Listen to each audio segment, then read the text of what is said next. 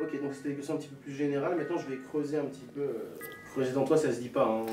Je sais pas si c'est très... ouais. N'est-ce pas? C'est non. Mais ça va, je le prends bien.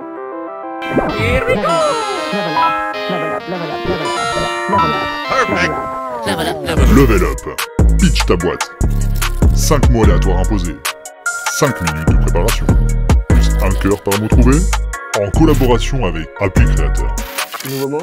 Ok, alors mes mots c'est podium, coyote, atmosphère et carte. Et le mot que je vais te donner, porc-épic. Porc-épic. Donc là j'ai 5 minutes, c'est ça? C'est ça. À peu près quoi. À peu près à la louche. Bah écoute, quand tu veux, on te laisse te concentrer. Bon, voilà, ça fait 1 minute 30. Oh bah là je vais faire une pause alors. C'est quoi votre toilette? Ça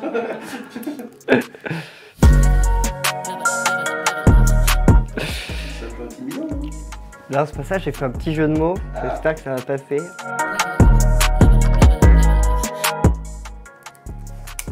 Voilà. C'est genre que t'as fini avant le temps.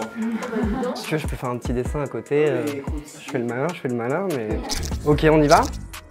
Alors, je suis scénariste, c'est-à-dire que j'écris des histoires dans le cadre de séries, de films, de livres ou de blogs, mais aussi des vidéos YouTube. Lorsque j'écris, c'est important que je définisse une atmosphère, des personnages et aussi une ambiance. Par exemple, je pourrais vous raconter une histoire avec un coyote et avec un porc épique. À côté, j'adore créer des projets artistiques, travailler avec d'autres artistes, faire du collectif, parce que l'art c'est avant tout un art collectif. Par exemple, j'ai organisé un jeu de cartes de tarot avec une vingtaine d'illustrateurs qui va être vendu à partir de septembre. Petit teasing. Et sinon j'ai beaucoup d'ambition et j'aimerais vraiment aller sur le podium des plus grands scénaristes de France.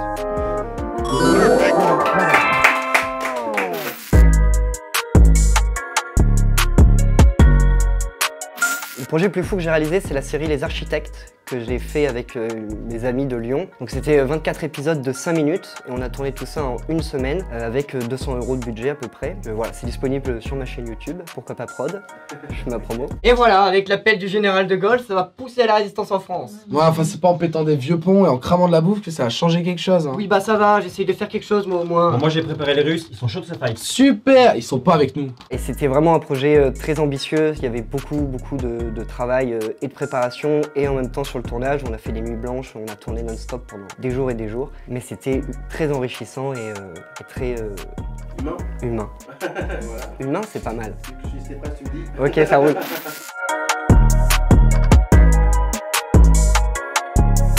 Alors pourquoi pas prod, à la base j'étais en école d'art, ma première année d'études, et j'ai rencontré ma meilleure amie qui était aussi dans cette école d'art. Et en fait moi j'ai toujours voulu écrire des histoires, à la base je voulais être auteur de BD. Et finalement avec cette amie on s'est dit mais viens on va écrire une série et on va le faire. Et du coup voilà, on s'est juste lancé là-dedans, on n'y connaissait absolument rien, on a acheté une caméra 200 € sur le bon coin et on a réuni nos amis et on a dit allez c'est parti, on commence à tourner. Et en fait moi j'ai trop aimé ça, organiser les tournages, préparer, écrire les histoires et tout ça, c'est là où je me suis vraiment révélé, je me suis dit mais en fait c'est ça que j'ai envie de faire, c'est écrire des histoires, raconter des histoires et faire des projets.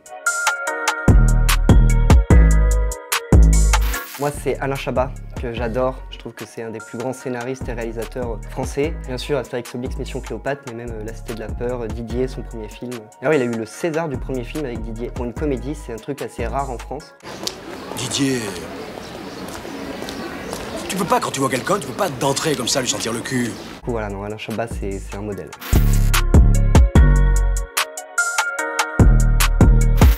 Pour moi, ça a été plus simple que je le pensais. J'ai beaucoup bossé et tout, mais ce qui est sûr, c'est que l'accompagnement m'a beaucoup aidé. Ils répondent à toutes mes questions et Dieu sait que j'en ai beaucoup. Mais effectivement, quand on se donne les moyens, quand on va chercher les opportunités, quand on est prêt à faire les choses qu'il faut faire et tout, on arrive finalement à avoir des opportunités vraiment intéressantes.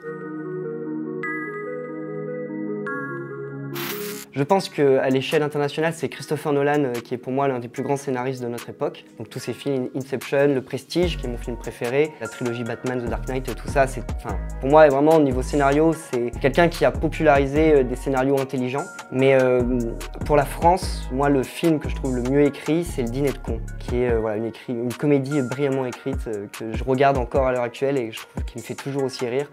Il s'appelle Juste Leblanc. Ah bon, il n'a pas de prénom? Je viens de vous le dire, Juste Leblanc. Pour moi, c'est ce film français qui est le mieux écrit. Alors d'un côté, je dirais que oui, parce que quasiment tout a déjà été fait. Mais du coup, ce qui est intéressant, c'est de prendre un peu à droite à gauche et de réussir à faire quelque chose de nouveau avec ce qui existe déjà. En plus, j'ai l'impression personnellement que le milieu du divertissement, c'est un truc qui est en pleine expansion. Il y a de plus en plus de jeunes artistes, il y a de plus en plus de choses qui se font. Et du coup, ça laisse énormément de liberté aussi créative, parce qu'avec les moyens technologiques qu'on a actuellement, on peut faire un peu ce qu'on veut avec peu de moyens. Donc en même temps, ça commence à être un peu bouché parce que tout a été fait, mais en même temps, tout est encore à faire parce que c'est à nous d'inventer de nouvelles choses.